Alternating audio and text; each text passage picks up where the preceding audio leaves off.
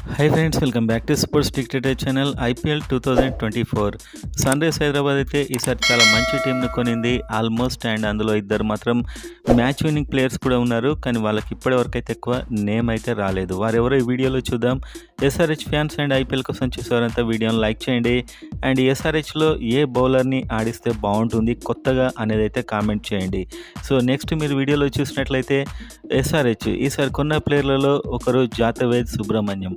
So ఇతనైతే Tamil Nadu premier లీగ్లో and రకరకాల దేశవాళీ టోర్నమెంట్స్లో ఆడతాడు. ఇతడు లోకల్ ప్లేయర్గానే కన్సిడర్ అవుతాడు. సో ఇతడైతే ఒక leg break and mystery bowler. So Hong Kong సంబంధించిన ప్లేయర్, కానీ ఇతను ఒక లెగ్ బ్రేక్ అండ్ మిస్టరీ బౌలింగ్తోని మ్యాచ్ని టర్న్ చేసే కెపాసిటీ అయితే జూనియర్ లెవెల్లో ఉంది. అండ్ మంచి మిస్టరీ స్పిన్నర్గా ఎదిగే ఛాన్స్ కూడా ఉంది. మొత్తానికైతే ఇతనికి ఛాన్స్ వస్తే ఇతడు ఏంటో ప్రూవ్ చేసుకోవడం ఖాయంగా కనిపిస్తుంది. ఎందుకంటే మీకు తమిళనాడు ప్రీమియర్ లీగ్ మొదలైన లీగ్స్లో మాత్రం మిస్టరీ స్పిన్తోని రెచ్చిపోయాడు ఇతడైతే. అండ్ నెక్స్ట్ ఇంకొక bowler Akash Singh.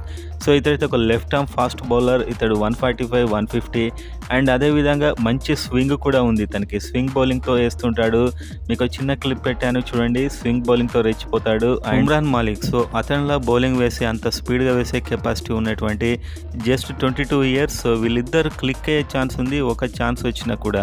So local players కేటగిరీలో ఆడతారు కాబట్టి ఖచ్చితంగా ఎవరైనా ఫెయిల్ అయితే ఛాన్స్ వచ్చే అవకాశం డెఫినెట్గా ఉంది. సో వీళ్ళ కోసం అయితే నేను చాలా ఇంట్రెస్ట్గా ఎదురు చూస్తున్నాను, ఎందుకంటే నేను వాళ్ళ బౌలింగ్ చూశాను వీడియో క్లిప్స్. సో చాలా ఫెంటాస్టిక్గా బౌలింగ్ అయితే చేస్తున్నారు వీళ్ళు.